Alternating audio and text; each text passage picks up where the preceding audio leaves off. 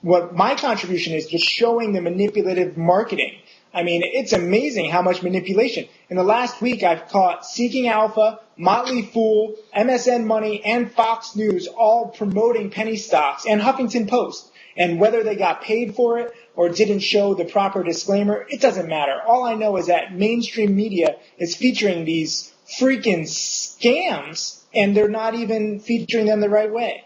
Do you think they'll ever get the right way, or do you think that there's too much money in lying? Again, I don't know which names you're talking of particularly, but are you talking about, are these actually bulletin board stocks, or are they small cap stocks?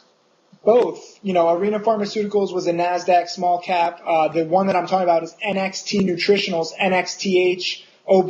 The CEO actually blamed me for the 50% stock drop. Even though I never short sold the stock, I have no position. All I'm doing is writing about how Charles Payne of Fox News, the big Charles Payne, he's a penny stock promoter. And I just highlight the disclaimers of how he was paid thousands of dollars to distribute this report about this company that aims to be the next Splenda. But if you dig through the SEC filings, you've got the chairman's relatives funding the company. They're selling shares at like a penny a share. I mean, it's just disgusting.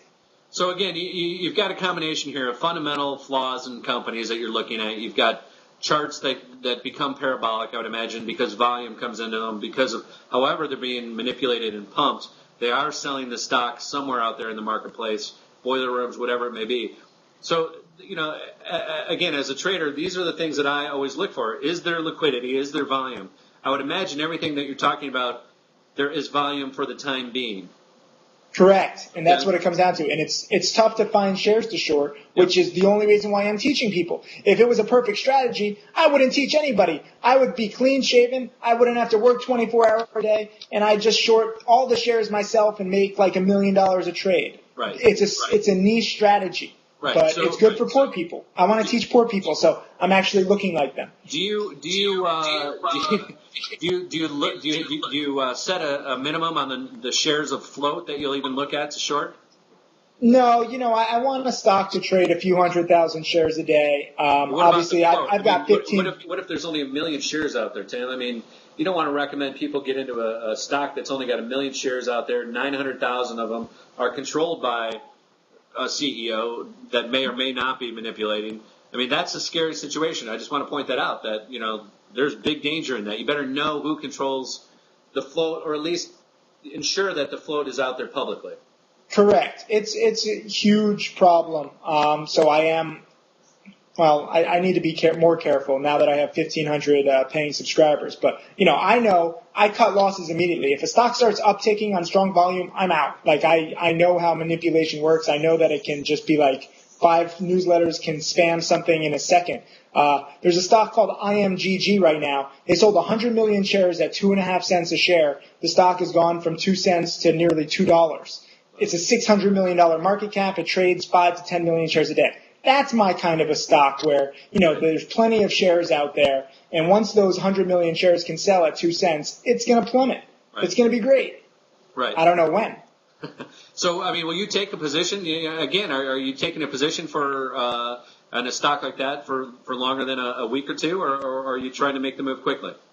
No, I'm shorting these stocks. Scams can stay up for months or years. I'm using 20, 30, sometimes even 40% of my capital per play. So I'm only in it for like a day or two. I take big positions on my small account. That's how I do it. But I also am very quick. I have an itchy trigger finger, and that's always been the key to my success. Let me ask you a question on when you were running your fund, were you running a short only fund, and is that where you got into trouble? Is that you were trying to size up and stay into these positions until they cradled to the earth?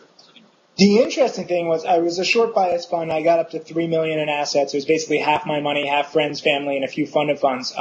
The problem was that my strategy is not scalable. So I was sitting on my hands every day trying to make 10, 20, 50,000 when really the only opportunities were to make a few thousand. So what led me to lose 30% was actually believing a family friend, as it turned out, it hits you the hardest. And his company became a penny stock. And I ended up losing 30% in this one company because he fed me how the technology is great. And mind you, the technology is still around. It just won best of award show for online ticketing. The company is bankrupt. The new CEO, got rid of all the old shareholders. So It's a typical penny stock story where it's not about the technology. It's not about what's in the press release. It's the management and the skeletons. And no one talks about the management or the skeletons. Well, let's talk about that, Tim, a little bit, because I think what you find is you've got 6,000 stocks that trade NASDAQ, OTC, and New York and Scamax.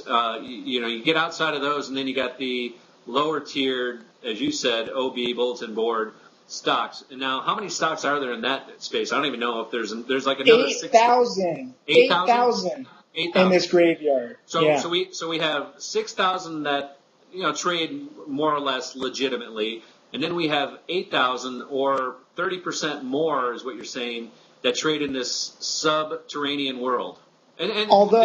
Although out of the 8,000, only about 800 of them are even really tradable. Right. Most of them are they just don't trade. Like they trade like 5 shares. Yeah. So again, you got a small 10% of this 8,000 that are even active. And so you really go down to a small number. How do you go about? Because it's not easy. How do you go about finding the active stocks in this subterranean world? What do you do? And how does somebody that's interested in this get down to that level?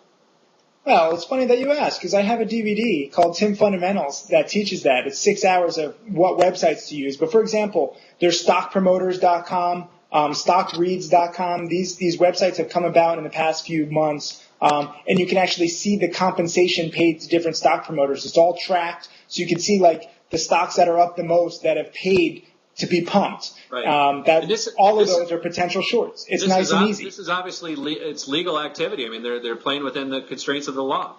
If you put the disclaimer on the bottom, it's quote legal. What they do behind the scenes to actually pump the stock and get the paid, I don't know about it. I don't want to know about it. All I know is that almost every company but one, True Religion Jeans, was a pump and dump initially. That's the only one that has ever made it. 9,000, 10,000 other ones over the past decade have all failed.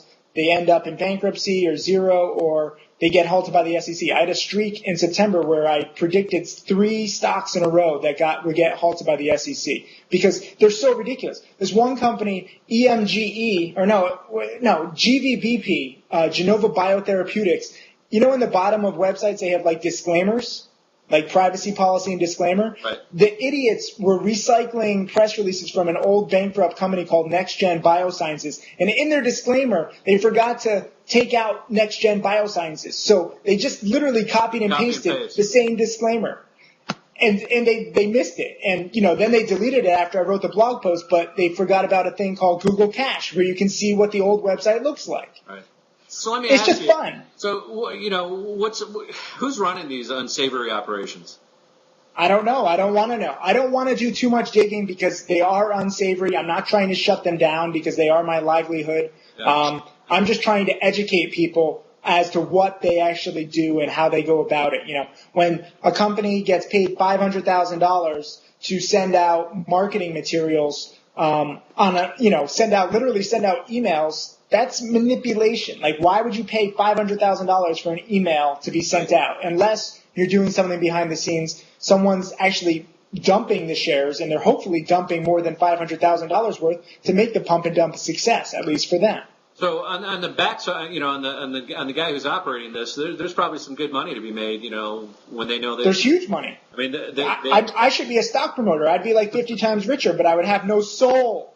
I like my soul. I make decent money, and I know that I'm going to heaven. I rub it into these guys. I don't want to know what illegal activities they do. So all I do every single day, I say this was pumped by a soulless stock promoter who's going to hell. And I know that it hits them because they know what they're doing is wrong, and they feel bad. I say your mom is turning over in her grave.